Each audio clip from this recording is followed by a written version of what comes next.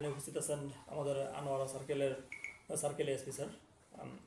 গতকালকে অনাকাঙ্ক্ষিতভাবে রাত আমরা প্রায় 10টা দিকে একটা সংবাদ পাই যে সরলের হারুন বাজারের এখানে একজন অজ্ঞাত ব্যক্তির উপর জুপুরি ছুরিকাঘাত অবস্থায় মারাত্মক জখমপ্রাপ্ত অবস্থায় সে পড়ে আছে। তো সেই সংবাদপ্রাপ্ত হয়ে আমরা কাজ শুরু করি দ্রুতভাবেই। তো এই সংক্রান্তে আমাদের ভালো সাফল্য আছে। সেই সমস্ত বিষয়ে আমাদের মাননীয় সার্কেল এসপি স্যার আপনাদের উদ্দেশ্যে পরবর্তী বক্তব্য প্রদান করবেন এবং স্যারকে অনুরোধ জানাচ্ছি পরবর্তী বক্তব্য দেওয়ার জন্য। আচ্ছা, ধন্যবাদ বাঁশখালী থানার অফিসার ইনচার্জকে। প্রথমেই বলতে চাই যে আজকের যে প্রেস ব্রিফিং, এই প্রেস ব্রিফিংয়ে আমাদের সাথে উপস্থিত আছেন আমাদের বাঁশখালী থানার অফিসার ইনচার্জ। আমার সামনে আরও উপস্থিত আছেন আমাদের প্রেস এবং ইলেকট্রনিক মিডিয়ার সাংবাদিক ভাইরা। সবাইকে আসসালামু আলাইকুম এবং রমজানের মোবারকবাদ। তো গতকাল আপনারা অলরেডি সবাই জানেন যে এরকম একটা রোমহর্ষক একটা হত্যাকাণ্ডের ঘটনা ঘটেছে। তো এই হত্যাকাণ্ডের ঘটনা ঘটার পর আমরা তাৎক্ষণিকভাবেই একটা গুরুত্বপূর্ণ সাফল্য অর্জন করেছি। সেই সম্পর্কে অবগত করার জন্যই আজকে আসলে প্রেস ব্রিফিংটা। তো এরকম একটা ঘটনার পর একটা উদ্বেগ তৈরি হওয়া খুবই স্বাভাবিক। তো আমরা 1 তারিখ দিবাগত রাতে 10:10 দিকে 22:10 ঘটিকার সময় আমরা সরলের 7 নং ওয়ার্ডের আমাদের কাননগো খিলপাড়া মাউচ্চাপাড়ার যে খালপাড়, সেখানে একজন অজ্ঞাত লাশ আমরা লাশের একটা পাই।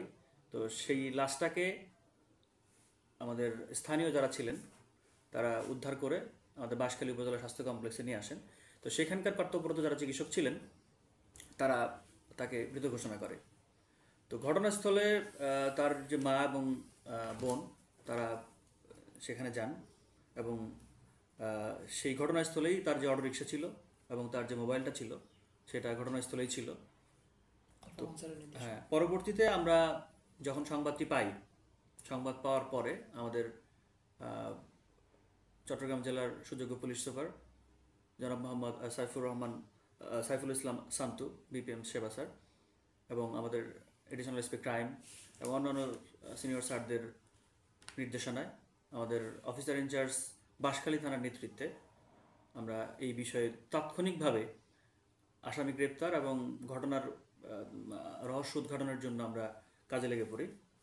তো আমাদের এই চৌকস টিম সাথে সাথেই ঘটনাস্থল পরিদর্শন করে এবং ঘটনাস্থলেই আমরা একটা মোবাইল উদ্ধার করতে সক্ষম হই, একটা বাটন মোবাইল। সেই বাটন মোবাইলের থ্রুতেই আমরা মূলত প্রাথমিকভাবে আমরা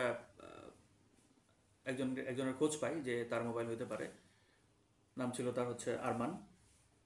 তো সেই বাটন মোবাইলের উদ্ধারের ভিত্তিতেই আমরা পরবর্তীতে আমাদের যে চৌকস টিম, আমরা সাইফুল ইসলাম আমাদের অফিসার ইনচার্জ বাঁশখালী এবং তার নেতৃত্বে এসআই কায়কোবাদ ছিলেন হচ্ছে আমাদের SI Bibhas, SI Jamal, SI শাকত হোসেন এবং এসআই আনোয়ার হোসেন সহ আরও অন্যান্য অফিসার ফোর্স যারা ছিলেন তাদের নেতৃত্বে আমরা তথ্য প্রযুক্তির সহযোগিতায় এবং আমাদের গোপন যে সোর্স ছিল তাদের ভিত্তিতে আমরা জানতে পারি যে তার অবস্থান হচ্ছে পাঁচলাইশ এলাকায়। তো পরবর্তীতে আমরা তথ্য প্রযুক্তির সহায়তায় আমরা পাঁচলাইশ এলাকা থেকে, পাঁচলাইশের আতুরার ডিপো এলাকা থেকে আমরা তাকে গ্রেপ্তার করতে সক্ষম হই। পরবর্তীতে আমরা যখন আরমানকে জিজ্ঞাসাবাদ করি, তো গ্রেপ্তারকৃত আরমানকে যখন জিজ্ঞাসাবাদ করি তখন সে জানায় যে আসলে তার পরিবারের একটা কাজে তার কাছে 35,000-এর মতো টাকা ছিল, যে টাকাটা সে জুয়া খেলে নষ্ট করে ফেলে।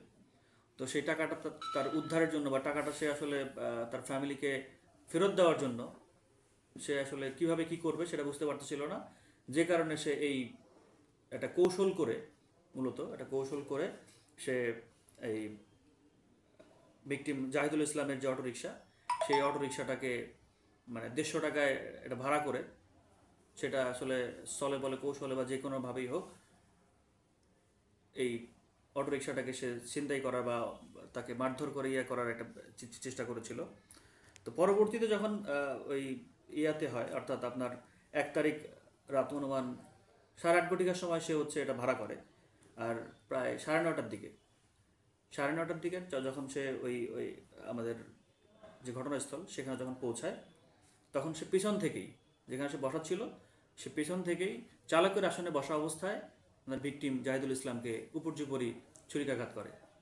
তো ছুরিকাঘাতে আমাদের ভিকটিম জাহিদুল ইসলাম অটোরিকশা থেকে চালকের আসন থেকে সে নিচে পড়ে যায়। তো নিচে পড়ে যাওয়ার পরে সে যখন চিৎকার চেঁচামেচি করে, সে চিৎকার চেঁচামেচিতে আশেপাশের লোকজন যখন ছুটে আসা শুরু করে, এই সময় আরমান পালিয়ে যায়, যে কারণে সে অটোরিকশাও নিতে পারেনি এবং সে ফোনও নিতে পারেনি। আরমানের বাড়ি হচ্ছে ইয়াতে আমাদের সরলি দক্ষিণ জালিয়াঘাটা কারণ বকিল 7 নং ওয়ার্ড। আসামি কি একজনই? আমরা এখনো পর্যন্ত এখনো আসামি মামলা হয়নি। আমরা মামলা হয়েছে। মামলার বাদী হচ্ছে ভিকটিমের মা সাদেকা বেগম, ঠিক আছে। আর আসামির বিষয়ে আমরা এখনো পর্যন্ত যতটুকু বললাম এই হচ্ছে আমাদের বক্তব্য। আর আমাদের পরবর্তী যে বিষয়গুলো আছে তদন্তাধীন, যেহেতু আমরা এখনো পর্যন্ত একজন আসামি পেয়েছি, হয়তো আরও 2-1 থাকতে পারে, এটা আমরা এখনো বলতে পারছি না। সেটা আমাদের তদন্তাধীন যেহেতু বিষয়, এই বিষয়ে আসলে মন্তব্য করা ঠিক হচ্ছে না। আমরা তদন্তের পরে হয়তো জানতে পারবো আরও কেউ জড়িত আছে কিনা। তো আপাতত আমরা এখনো পর্যন্ত